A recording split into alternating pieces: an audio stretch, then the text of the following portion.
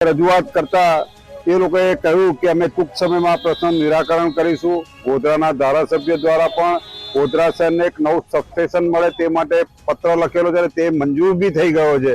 તેથી ટૂંક સમયમાં ગોધરા શહેરને આ હાડમારીમાંથી કદાચ છુટકારો મળશે, અને નહીં મળે તો અમે આના અંગે ઉગ્ર આંદોલન આપીશું। વારંવાર જે આ લાઇટો જાય છે, જે અંગે આપ જો ભીનું સંકેલશો અને આ વાતમાં કુણી રાખશો તો અમે તમારી સામે આંદોલન કરીશું, અને પ્રજા માટે અને અમારા થતા નુકસાન માટે અમે સહન કરી શકતા નથી। અમે સિનિયર સિટીઝન છે એટલે કાં તો અમારે આ લાઇટો બાબતે આપઘાત પણ કરવાનો વારો આવે એમાં અમે ખચકાશું નહીં, અને આ બાબતે ઉગ્ર આંદોલન કરવા પણ તૈયાર છે। એટલે લાઇટ વાળાને સીધી ચેતવણી આપીએ છીએ કે અમે સિનિયર સિટીઝન ઝંપીશું નહીં, અને લાઇટ અંગે અમે અમારો હક લઈને ઝંપીશું।